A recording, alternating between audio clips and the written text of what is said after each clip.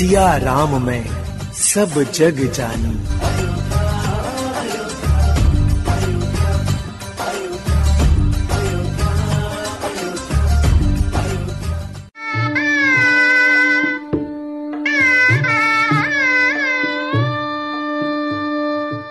रमन्ति इति रामः, जो रोम रोम में रहता है वह राम है। मेरा घर आज महका है, मेरे श्री राम आए हैं। जले हैं दीप चारों ओर, मेरे भगवान आए हैं। मेरा घर आज महका है, मेरे श्री राम आए हैं। जले हैं दीप चारों ओर, मेरे भगवान आए हैं।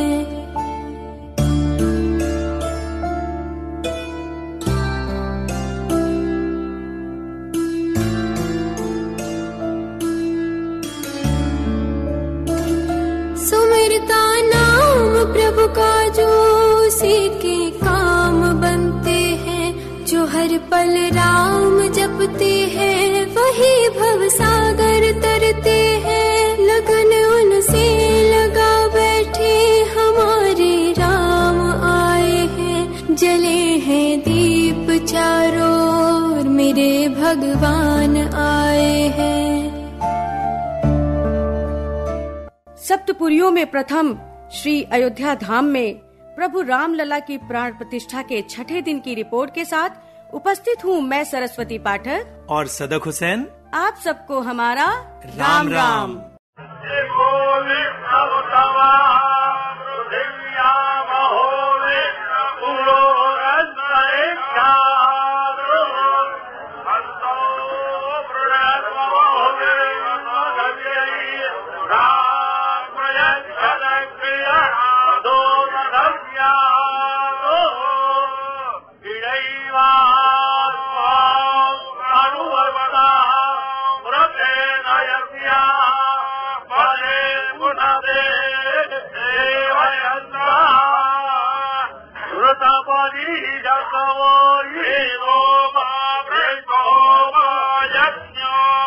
आज प्रातः काल पुनः पूर्व संकल्प जो हुआ था, उस संकल्प होने के पश्चात चारों वेदों का जो मंगलाचरण है, ऋग्वेद की अनेक शाखाएं, उसके जो 2 शाखाएं वर्तमान में उपलब्ध है, उसका मंगलाचरण। उसके पश्चात शुक्ल यजुर्वेद माध्यंदिनी शाखा का मंगलाचरण, कृष्ण यजुर्वेद गायत्री शाखा के मंत्रों के द्वारा मंगलाचरण, शुक्ल यजुर्वेद के कान शाखा जो विद्वान आया उसका मंगलाचरण, उसी प्रकार सामवेद की मंगलाचरण, अथर्ववेद, चारों वेदों का मंगलाचरण। उसके पश्चात जो हमारे मंडप में स्थापित देवता है, गणेश पूजन, अंबिका पूजन, मातृका पूजन, जो देवता स्थापन है, वास्तु स्थापन है, योगिनी देवता का, उन सभी देवताओं का आज प्रातः काल पूजन प्रारंभ होने वाला है। उसके पश्चात जो हमारा मूर्ति स्थापित होने वाला है रामलला का, उसमें चैतन्य और पुष्टि के लिए शांति हो, पौष्टिक हो, बहुत विशेष हमारे वेदों में मंत्र लिया गया है। मुख पर बाल मुस्कान लिए प्रभु रामलला की प्राण प्रतिष्ठा अपनी संपूर्णता को बस प्राप्त करने को ही है। प्रतीक्षा के क्षण अब पूर्ण होने वाले हैं। 7 दिवसीय अनुष्ठान कल 22 जनवरी को संपूर्ण राम भक्तों के भाव विभोर होकर राम धुन में झूमने का समय होगा। तो सबसे पहले बीते दिनों यानी 16, 17, 18, 19 और 20 जनवरी को संपन्न हुई गतिविधियों की एक झलक प्रस्तुत कर रही हैं हमारी सहयोगी सरस्वती पाठक। 7 दिवसीय आयोजन के अंतर्गत दिनांक 16 जनवरी 2024 को दशविध स्नान, संकल्प, प्रायश्चित विधान का कार्यक्रम संपन्न हुआ।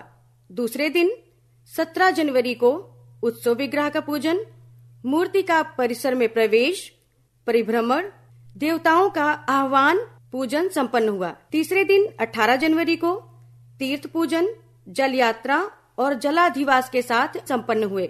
चौथे दिन औषधाधिवास, घृताधिवास, अरण्य मंथन का अनुष्ठान संपन्न किया गया। 20 जनवरी को फलाधिवास, पुष्पाधिवास संपन्न हुआ। और आइए अब जानते हैं आज यानी 21 जनवरी को संपन्न अनुष्ठानों के बारे में। 21 तारीख को भगवान के लगभग सारे संस्कार संपन्न किए जाएंगे। नेत्रोन्मीलन होता है, सब कुछ पूरा हो जाता है। वहां जब जिस समय अधिवास चलता रहता है, भगवान के नेत्र बंद रहते हैं, पट्टी बंधी रहती है। जब सारे अधिवास पूरे हो जाते हैं तो भगवान का महास्नान होता है और महास्नान के समय ही भगवान की पट्टी खोली जाती है। पट्टी खोली जाती है, नेत्रोन्मीलन होता है, स्वर्ण शलाका से भगवान के नेत्रों में कज्जल लगाया जाता है और भगवान का संपूर्ण श्रृंगार किया जाता है वस्त्र से, आभूषणों से, और फिर उनको दर्पण दिखा करके उनके स्वरूप का उनको दर्शन कराया जाता है कि वो ऐसे दिखाई पड़ रहे हैं। तो 21 को ये सारी चीजें लगभग संपन्न हो जाएंगी और फिर वो एक तिथि बाकी रह जाती है जिस दिन माननीय प्रधानमंत्री महोदय के द्वारा वहां भगवान का विशेष एक मुहूर्त जो दिया गया है पूज्य आचार्य के द्वारा, उस मुहूर्त विशेष में कुछ विशेष क्रियाएं होंगी जिनका संपादन करके और रामलला का पट खुलेगा और दर्शन के लिए उनकी छवि सबको सुलभ हो जाएगी। हमारी भारतीय सत्य सनातन संस्कृति में बेटी तो साक्षात शक्ति स्वरूपा और पूजनीय है और उतना ही पूजनीय होता है दामाद। मिथिला के साधु संत तो आज भी अयोध्या धाम में पानी नहीं पीते। बेटी जो ब्याही है, कुछ ऐसा ही भाव व्यक्त कर रहे हैं अयोध्या धाम के नेपाली मंदिर के महंत भास्कराचार्य। बातचीत कर रही हैं आराधना श्रीवास्तव। भगवान श्री रामचंद्र इस पूरे सनातन के गौरव हैं। इस समय भव्य दिव्य मंदिर में सज धज करके हमारे रामलला विराजमान होंगे। नित्य श्रीर नित्य मंगलम, भगवान रामचंद्र का सदा मंगल हो। आप समझ लीजिए नेपाल तो राम जी के लिए ससुराल हो गया और हमारे नेपाल वासी जितने भी हमारे शुभ चिंतक हैं वो सब फोन के द्वारा वार्तालाप चल रही है तो सब कहते हैं कि हमारे जीजा जी हैं वो राम जी, क्योंकि सीता जी बहन हुई तो उन्होंने कहा हमारे जीजा जी के भव्य मंदिर के उपलक्ष्य में पूरा नेपाल का घर घर दीप प्रज्वलन करते हुए, और नेपाल में भी जितने मठ मंदिर हैं वो सब अन्न क्षेत्र वितरण, प्रसाद वितरण, विभिन्न प्रकार के भजन कीर्तन मंडली सब चल रही है, कथाएं चल रही हैं। और नेपाल में भी पूरा राम जन्मभूमि प्राण प्रतिष्ठा महोत्सव का जितना उत्साह हम अयोध्या में देखने को पा रहे हैं उतना ही श्री जनकपुर धाम और श्री नेपाल क्षेत्र में सब जगह मना रहे हैं सब लोग। अन्न की पूरी सेवा आ रही है जनकपुर की तरफ से और पूरी श्रृंगार सामग्रियां भी, स्वर्ण आभूषण इत्यादि वहां से भेजे जा रहे हैं। और हम तो सबसे यही विनती करेंगे कि नेपाल और भारत ही नहीं, अमेरिका, अफ्रीका, दक्षिण कोरिया, जहां तक हमारे सनातनी बंधु सब रहते हैं, सब वहां पर खूब उल्लास के साथ भगवान के प्रतिष्ठा महोत्सव का आनंद ले, धर्म का कार्य करें, खूब लोग परोपकार का कार्य करें। हमारे राम जन्मभूमि तीर्थ क्षेत्र ट्रस्ट के द्वारा नेपाल में भी विभिन्न मठ मंदिरों के पूज्य महंत श्री को सभी लोगों को आमंत्रित किया गया है। तो इस उत्सव में कौन नहीं आएगा। देवराज इंद्र के साथ सारे देवता सोचते होंगे काश हम मनुष्य होते इस समय, तो हम अयोध्या में होते तो हमारा कितना बड़ा सौभाग्य होता। आखर मधुर मनोहर दो, प्रभु राम के नाम के दोनों ही अक्षर मधुर हैं। ऐसे ही भाव हैं हनुमत निवास अयोध्या के पीठाधीश्वर आचार्य मिथिलेश नंदनी शरण जी। हैं किए साकार जिन पावन पलों ने, वत्सला इस भूमि के सपने अधूरे। जिस धरा ने पांव धरते धर्म विग्रह को निरख कर मोतियों के चौक पूरे। भाव वेदी पर उसी अपराजिता की, स्वस्ति घट से आज अभिषिंचन तुम्हारा। है अवध में आज आवाहन तुम्हारा।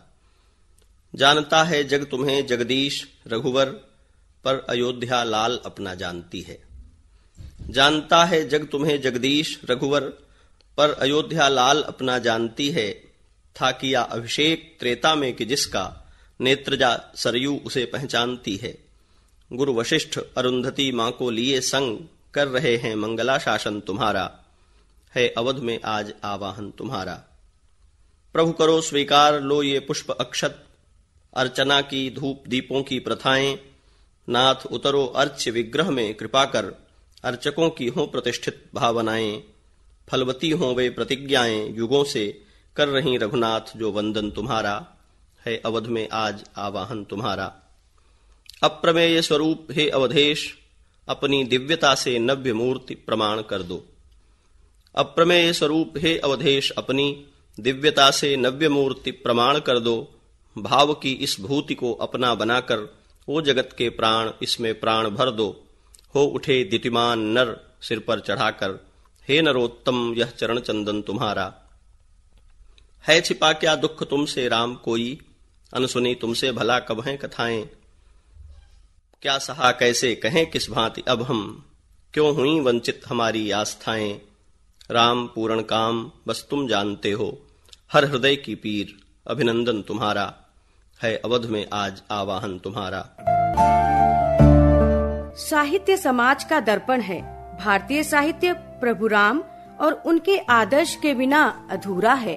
और हिंदी साहित्य में प्रभु राम, जानकारी दे रही हैं प्रोफेसर अलका पांडे, लखनऊ विश्वविद्यालय हिंदी विभाग। महाभारत में वेदव्यास ने वन पर्व में अध्याय 273 से 291 तक श्री राम कथा का वर्णन किया है। जब दुखी पांडवों को वनवास में मार्कंडेय ऋषि उन्हें राम कथा सुनाकर ढाढ़स बंधाते हैं और द्रोण पर्व के अभिमन्यु वध नामक अध्याय में श्री राम के सौंदर्य का चित्रण करते हैं, अभिमन्यु वध से दुखी युधिष्ठिर को राम कथा सुनाते हैं। इस तरह से अनेक स्थानों पर हमें मिलता है।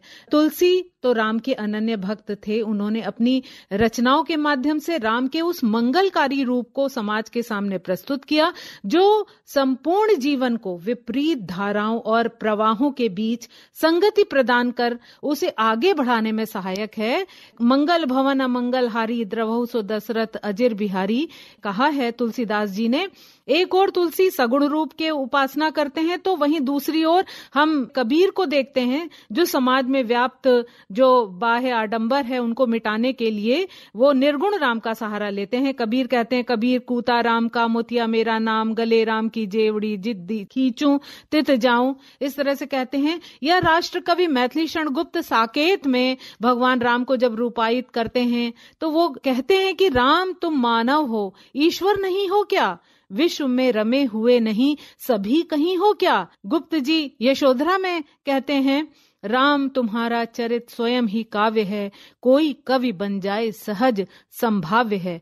छायावाद चतुष्टय के जो कवि हैं निराला, उन्होंने भगवान श्री राम पर राम की शक्ति पूजा नामक काव्य रचा। उसमें इन पंक्तियों को ही खाली देख लीजिए तो उसमें ही आपको पता चल जाएगा कि राम ने किस तरह से शक्ति का पूजन किया, आराधन किया। रवि हुआ अस्त ज्योति के पत्र पर लिखा, अमर रह गया राम रावण का अपराजेय समर। विक्षुरित वन ही राजीव नयन हत लक्ष्यवाण, लोहित लोचन रावण मदमोचन महीयान। राघव लाघव रावण वारणगत युग्म प्रहर, होगी जय हे पुरुषोत्तम नवीन। कह महाशक्ति राम के वदन में हुई लीन। इस तरह से राम ने शक्ति की आराधना की और उसके पश्चात रावण जैसे अन्याय के पोषक का संहार किया। इस तरह से ये काव्य जो है हमें ये बताते हैं राम सबके हैं और सब राम के हैं। यह आस्था भाव भारतीय जनमानस के केंद्र में है। इसी प्रकार सब में राम है और राम में सब हैं। प्रभु राम और माता सीता का रूप जब इतना दिव्य है, वस्त्र भी अद्भुत और मनोरम ही होगा। बता रहे हैं वस्त्र निर्माता पुनीत। बातचीत की है आशीष चतुर्वेदी ने। ये जो पोशाक है, भगवान हर दिन अलग अलग पोशाक हर दिन नई पोशाक पहनते हैं और दिन के हिसाब से कलर होता है। जैसे संडे है तो पिंक कलर का रहेगा और फिर जैसे मंडे है तो व्हाइट हो जाएगा, ट्यूसडे है लाल हो जाएगा, फिर बुधवार है हरा हो जाएगा। ऐसे सब हर दिन का अलग अलग कलर होता है। बृहस्पतिवार को पीला हो जाएगा। ये कल की पोशाक हमारे पास है। ये पोशाक कल कनक भोर में भगवान धारण करेंगे। ये अभी जाएगा, कल मॉर्निंग में पहनेंगे भगवान जी। किशोरी जी का और राघव सरकार का जो पोशाक है वो अलग अलग होता है। हाँ, भगवान का जामा रहता है, माता जी की साड़ी रहती है, रंग कपड़ा सब सेम रहेगा जी। जैसे हम लोग सामान्य नर नारी हैं तो हम लोग का कपड़ा और भगवान का जो पोशाक है इसमें आध्यात्मिकता बसती है। तो इसके सिलेक्शन में, इसके चयन में क्या क्या सावधानियां होती? पुश्तैनी काम है ये जी। तो जब मन उसी में लगा रहता है उसी हिसाब से सब काम होता रहता है। जो मन में भाग गया वही बना दिए हम। किस फैब्रिक पर होता है ये? अब ये सिंथेटिक रहता है कपड़ा, सिल्क का भी आता है। इस समय सनील चल रहा है, ठंडी का मौसम है। तो आपने बताया कि पुश्तों से आप इस कार्य में लगे हैं, तो इनका पोशाक भी ऐसे वर्षों से कुछ बदलाव हुए होंगे? हाँ, बहुत सारे जैसे कपड़ों में चेंजिंग होता रहता है। जैसे अब सिंथेटिक है, पहले हो सकता है कॉटन का रहा हो। गर्मी में अभी भी कॉटन का ही बनता है जी। ठंडी में सनील हो गया, हाँ, मखमल का हो गया, ये सब कपड़े बनते रहते हैं। तो आप जो है सामान्य जन जो आते हैं, जिनके यहाँ विग्रह है, जिनके यहाँ मंदिर है, जिनके यहाँ ठाकुर जी उनका भी बनाया जाता है। उनका भी बनाया जाता है। अयोध्या के तमाम मंदिर हैं या तो बहुत से घर हैं, उनके घर में विग्रह है, वो लोग भी बनवा के ले जाते हैं। श्रृंगार का सारा सामान हमारे यहाँ मिल जाएगा।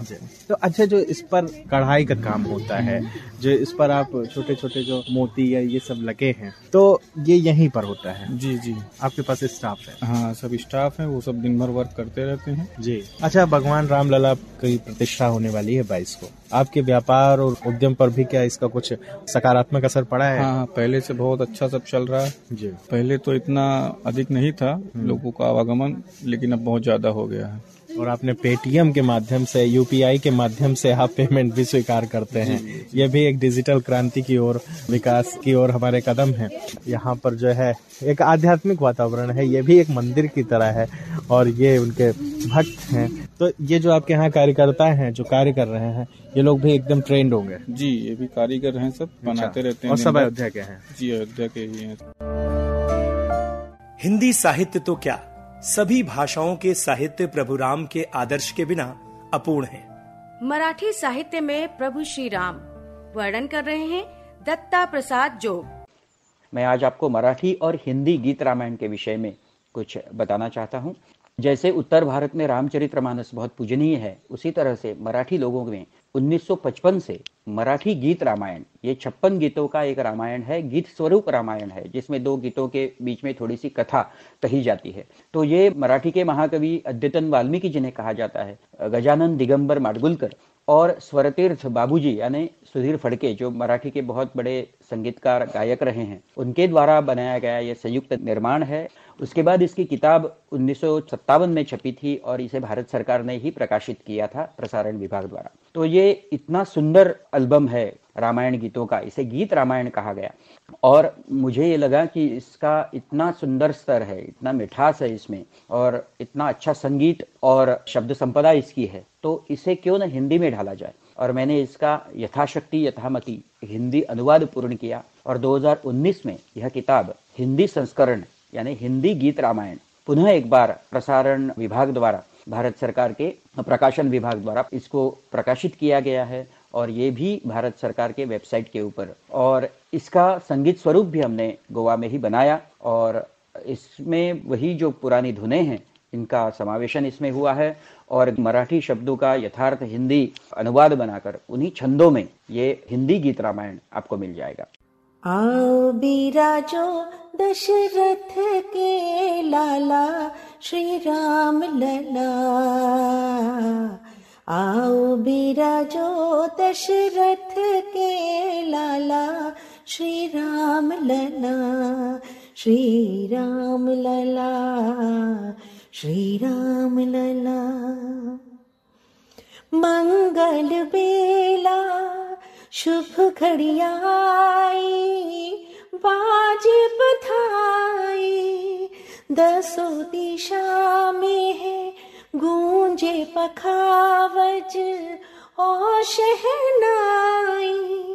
भवन तेरा है अनूठा निराला श्री राम लला, आओ बिराजो दशरथ के लाला श्री राम लला। रूप सलोना है अजब तुम्हारा, पावन न्यारा, तू ही परम पीतांबर प्यारा, तू पालनहारा। नाम तेरा है कष्ट हरने वाला श्री राम लला, आओ बिराजो दशरथ के लाला श्री राम लला। सदियां बीती करी तपस्या तभी दिन ये आया, लगता जैसे है जीवन अपना पूर्णता पाया। पी लिया मानो अमृत भरा प्याला श्री राम लला, आओ बिराजो दशरथ के लाला श्री राम लला। जय श्री राम।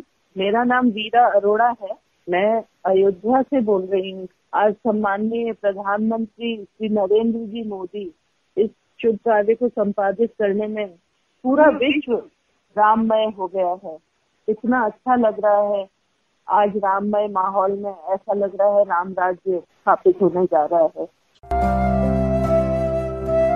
राम काज कीन्हे बिनु मोहि कहाँ विश्राम, तुम मम प्रिय भरतहि सम भाई। आचार्य रविकांत, हनुमानगढ़ी से। बोलिए श्री हनुमान जी महाराज की जय। श्री अयोध्या धाम की जय। अयोध्या की प्रसिद्ध पीठ श्री हनुमानगढ़ी। हनुमानगढ़ी की विशेषता है कि भगवान श्री राम के कोतवाल के रूप में अयोध्या की रक्षा में हनुमान जी हमेशा नियुक्त रहते हैं। हनुमान जी महाराज हनुमानगढ़ी के किला से बैठकर संपूर्ण अयोध्यावासी, संपूर्ण संसार को, संपूर्ण सृष्टि को यहाँ से रक्षा करते हैं। विशेष करके अयोध्या में हनुमान जी की बहुत बड़ी महिमा है। दूर सुदूर से भक्त यहाँ दर्शन करने आते हैं। हनुमान जी का यह स्थान श्री हनुमानगढ़ी प्रसिद्ध पीठ में से एक है। सभी अयोध्यावासियों को इस बात का विश्वास है कि हनुमान जी हमेशा यहाँ पर चिरंजीवी हैं। जो भी भक्त अयोध्या में आता है तो राम जी से मिलने के पहले हनुमान जी से मिलना पड़ता है। श्री हनुमान जी हनुमानगढ़ी के एक किला अयोध्या में सबसे ऊंचे स्थान पर विराजमान है। हनुमान जी चूंकि ऊंचे स्थान से बैठकर सभी राम दुआरे तुम रखवारे, ऐसा हनुमान चालीसा में भी आया है। और चारों युग प्रताप तुम्हारा, हमेशा चारों युग में हनुमान जी रहते हैं, चिरंजीवी है। इसलिए हनुमान जी महाराज अयोध्या के मुख्य देवताओं में माने जाते हैं। और श्री राम जी से मिलने के पहले हनुमान जी से मिलना अति आवश्यक होता है। जो भी भक्त अयोध्या में आते हैं तो पहले हनुमानगढ़ी में दर्शन करते हैं, उसके बाद कनक भवन, राम जन्मभूमि, सरयू इत्यादि जगहों पर जाकर दर्शन, स्नान इत्यादि करते हैं। तो हनुमान जी के मंदिर में हनुमानगढ़ी जो साक्षात रूप में विराजमान है, यह पौराणिक सिद्ध पीठ है। यहाँ पर आने पर भक्तों की मनोकामनाओं की पूर्ति होती है। हनुमानगढ़ी की अति महिमा है। ये हनुमान जी के यहाँ अनेक प्रकार के भक्त दूर सुदूर से आते हैं और दर्शन करते हैं। ऐसे हनुमान जी महाराज हमारे अयोध्या के रक्षक हैं और हनुमान जी सभी भक्तों की रक्षा करते हैं, सबकी मनोकामनाओं को पूर्ण करते हैं। श्री हनुमानगढ़ी की विशेषता यह है, यंजंग चिंतयते कामम तंतंग प्राप्नोति निश्चितम। जो भी कामना करके भक्त अगर हनुमानगढ़ी में आता है हमारे हनुमान जी के पास, उसकी समस्त मनोकामनाएं पूर्ण होती है। भगवान राम के द्वार के रक्षक एक तरफ हनुमान जी, दूसरी तरफ सुग्रीव जी, सुग्रीव किला और हनुमान किला। आज दोनों के मध्य में श्री राम जन्मभूमि का मार्ग है जो श्री राम जी के दरबार तक जाता है। वहाँ भक्त जाकर दर्शन करते हैं, क्योंकि हनुमान जी महाराज सभी प्रकार के संपदा को प्रदान करने वाले हैं। अष्ट सिद्धि नवनिधि के दाता, असवर दीन जानकी माता। माता जानकी का वरदान है हनुमान जी महाराज। तो हनुमान जी सब कुछ प्रदान कर सकते हैं। और कहते हैं यहाँ के भक्त संत जन कि अगर कोई भी दुखियारी आता है यहाँ पर तो उसके सभी कष्ट और दुख, यहाँ तक कि नासे रोग हरे सब पीरा, जपत निरंतर हनुमत वीरा। हनुमान जी के नित्य निरंतर जप दर्शन करने मात्र से सभी प्रकार के रोग कष्ट दूर हो जाते हैं। यह हनुमानगढ़ी सिद्धपीठ अयोध्या धाम की बहुत विशेषता है। इसलिए हनुमान जी महाराज सबकी मनोकामनाओं को पूर्ण करें। जय श्री सीताराम। प्रभु राम का संपूर्ण जीवन ही मानव मात्र के लिए एक संदेश है। जानकारी दे रहे हैं राम के चरित्र के विशेष अध्येता युगल जोशी। भगवान श्री राम का चरित्र अद्भुत है। राम कथा का तो आदर्श ही है अनासक्त पुरुषार्थ योग। इसीलिए रामायण अथवा विश्व भर में राम पर जितने भी ग्रंथ लिखे गए हैं वह सब मेरी दृष्टि में गृहस्थ धर्म और नागरिक धर्म का महाकाव्य है। गृहस्थ जीवन का संपूर्ण दर्शन या कहें कि पूरा एक समूचा व्रत राम कथा में उभर कर आता है। राम कथा में नारी शक्ति मनोहारी है, शक्तिशाली है और बहुत सुदृढ़ है और सांकेतिक रूप में यह कथा में आती है। अगर मैं सबसे पहले अहिल्या जी की बात करूं, जो कि सामाजिक रूढ़ियों के कारण पति द्वारा परित्यक्त, एक बलशाली पुरुष द्वारा छली गई, अपमानित और समाज द्वारा बहिष्कृत थीं, राम उनका वापस समाज में सम्मान लौटाते हैं। राम पुनः उन्हें समाज में पूज्य बनाते हैं। लेकिन अगर आप देखेंगे तो अहिल्या की कथा का राम की मूल कथा के साथ संबंध सीधा नहीं है। तो फिर यहाँ पर क्यों अहिल्या की कथा रामायण के पूर्व भाग में ही आती है? कई विद्वानों ने इसकी, अहिल्या शब्द की भी अनेक व्याख्याएं की हैं और इस बात की भी। तो यह माना जाता है कि जम्बू द्वीप की जड़िमाग्रस्त गायत्री ब्राह्मी गायत्री अहिल्या हैं और इसे सविता के अवतरण यानी भगवान रामचंद्र द्वारा चेतन कराना आवश्यक था ताकि वह बाद में अन्य सावित्रियों से मिलें। अगर हम मध्याह्न में देखें तो मध्याह्न में तो स्वयं सीता जी ही लक्ष्मी स्वरूपा मध्याह्न सावित्री वैष्णवी हैं और उनसे राम का जो पहला परिचय होता है और गोस्वामी तुलसीदास जी ने जितने सुंदर शब्दों में उसे लिखा है, कंकन किंकिनी नूपुर धुनसुनी, तो राम उनके कंकनों की आवाज इतना राम को प्रेममय कर देती है कि वह लक्ष्मण से सहसा कह उठते हैं कि मानहु मदन दुंदुभी दीन्ही मनसा विश्व विजय चाहकीन्ही। तो ये जो राम का सीता के प्रति प्रेम है यह रामचरितमानस में और अन्य राम काव्यों में स्थान स्थान पर आया है। अगर आप वन प्रवास के दौरान ही सीता हरण के बाद किष्किंधा कांड देखें तो वहां तो राम से तुलसीदास जी ने कहलवाया है कि घन घमंड नभ गर्जत घोरा प्रियाहीन डरपत मन मोरा। कई सारे प्रसंग हैं सीता के प्रेम में, राम का उन्हें मुद्रिका बनाकर उपहार में देना हो या स्वर्ण मृग की मांग पर ही मारीच के पीछे दौड़ते चला जाना हो। दरअसल राम सा पति प्रेम दुर्लभ है। और आप देखिए ना, जब वो वनवास में हैं दोनों पति पत्नी, 13 वर्ष के लंबे वनवास में 14वां वर्ष तो सीताहरण और युद्ध में था, तो उसमें दोनों दंपतियों का सामाजिक कार्यों के प्रति सराकोर और समर्पण उभर कर आता है। वनवास के 13 वर्षों में जब वह वनवासी समुदाय के बीच सेवारत रहते हैं तो दोनों पति पत्नी पूर्णतः समर्पित होकर यह सेवा करते हैं। अब तीसरा चरित्र आता है अनुसुईया जी का, जो कि अरण्य कांड के शुरुआत में ही हैं। वह अनुसुईया वहां पर आती हैं जिन्होंने ब्रह्मा विष्णु तथा महेश तीनों को अपना दूध पीता शिशु बना दिया था और यहीं से रामायण का एक प्रतीकात्मक रात्रि काल आरंभ होता है। और जब रात्रि का अवसान रामायण में आता है तो ठीक उसी समय प्रवेश होता है तुरीया का, यानी रात्रि सूर्य की ब्राह्मी गायत्री का। तो त्रिजटा का जो स्वप्न होता है जो वह सीता को सुनाती हैं, वह दरअसल रामायण के ठीक बीचों बीच आता है और यहां से माता सीता का दुस्वप्न समाप्त होता है। तो ये बहुत एक अद्भुत तरीके से सशक्त नारी चरित्रों को रामायण में विभिन्न बड़े ही महत्वपूर्ण स्थानों पर दिखाना एक तरह की बड़ी असाधारणता है।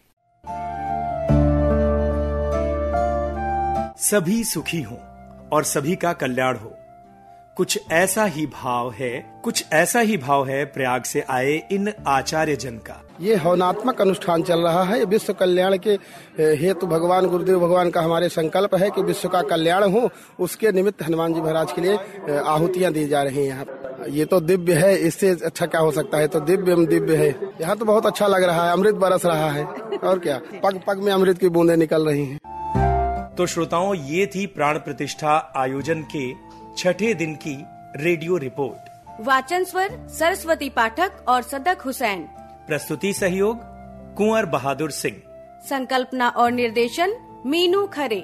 प्रस्तुतकर्ता जयंत पटेल और आशीष चतुर्वेदी। यह कार्यक्रम आकाशवाणी के अयोध्या केंद्र पर तैयार किया गया। तो श्रोताओं, आज की रेडियो रिपोर्ट यहीं तक। दीजिए अनुमति अपने मित्र सदक और सरस्वती पाठक को जय सिया राम।